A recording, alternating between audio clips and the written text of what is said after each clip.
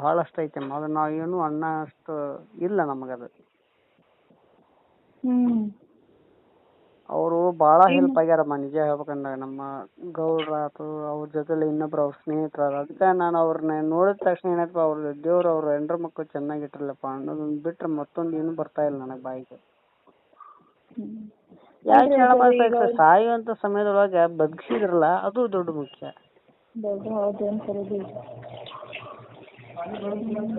2 ಲಕ್ಷ ಅಮ್ಮ ಒಮ್ಮೆ 1 ಲಕ್ಷ ರೂಪಾಯಿ ಹಾಕ್ಯಾರ ಒಮ್ಮೆ 1.5 ಲಕ್ಷ ರೂಪಾಯಿ ಹಾಕ್ಯಾರ ನೀವು ಕೊಟ್ರ.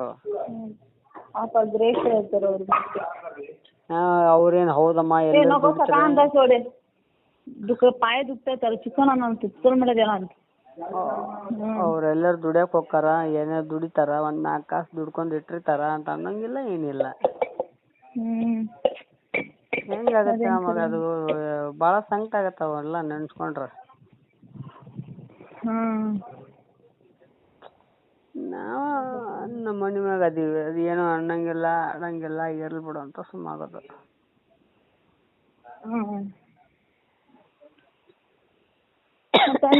ಅವ್ರಿಗೆ ಈಗ ಅಮೌಂಟ್ ತೆಗೆದು ಕೊಡ್ಬೇಕಂದ್ರೆ ನೀವು MD ಆಗಬೇಕಲ್ರಿ ನಿಮ್ದು. NB ಆಗ್ಬೇಕಮ್ಮ ಎಲ್ಲಿಂದ ತರ್ಲಿ ಅಂತ ಯೋಚನೆ ಅದ ತಲೆಗೆ ಓಡ್ತಾ ಇಲ್ಲ ನನಗೆ. ಹೆಂಗ್ ಮಾಡ್ಲಿ ಯಾರಿಗೆ ಕೇಳಿ ಅಂತ ಯೋಚನೆ ಮಾಡಕತ್ತೀನಿ.